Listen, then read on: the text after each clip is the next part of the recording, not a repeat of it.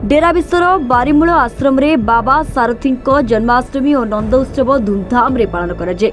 बाबा सारथी को नहीं विवाद उपजिबा परे बाबा को गिरफ्त करा जाय। केन्द्रापड़ा के थिबा बाबा बारीमूल आश्रम को मध्य प्रशासन हाथ को नहीं सील कर देथिला। परवर्ती समय रे बाबा जेल मुकुली थिले मध्य बारीमूल आश्रम को प्रवेश करि परिबेनी बोली न्यायालय निर्देश देथिला। किंतु एबे जाय बाबा को निजर गुरु भाव में मानि नैथिबा बाबा शरण रे निजकु समर्पित करि दैथिबा भक्त और श्रद्धालु किंतु बाबा को भूली पारि नाहंती।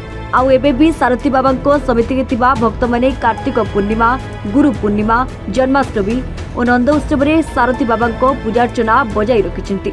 तेबे पवित्र नंद उत्सव अवसर में डेरा विश्व चांदल निकटस्थ अनुआपड़ा सारथी समिति द्वारा अनुआपड़ा ठाके धूमधाम रे बाबा सारथी नंदोत्सव पालन होइछि। भंड सारथी को किछि अंधविश्वासी भक्त भगवान भावी पूजा करुतबा देखिबा को मिलिछि।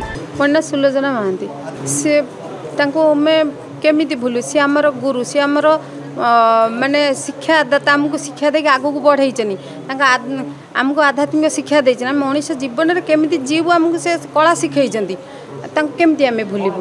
प्रभुंकर मूल मंत्र तो गरीब को देखे गोविंद को देखे आउ सेवा माने जते सेवा कर चलो सेवा मनोभाव नहीं कि सेवा कर चलो सेवा मानव सेवा ही माधव सेवा। मो ना विष्णु चरण सिन्हा आमर प्रति वर्ष भली ए वर्ष मध्य नंदोत्सव पालन करा जाए। जन्माष्टमी परदिन नंदोत्सव पड़े से दिन धूमधाम रे प्रभुंकर जन्माष्टमी आमर नंदोत्सव पालन करा जाए। कृष्ण को पूजा कराए तांको सहित प्रभु को मध्य पूजा करा जाए। सेटा होची मोर गोटे कथा कहबार सी हेले आमर भावर ठाकुर आमे जो भाव रे जो मुहूर्त रे तांको डाकिचु सी आसिक आमु सही भाव रे सही रूप रे देखा देइचंती।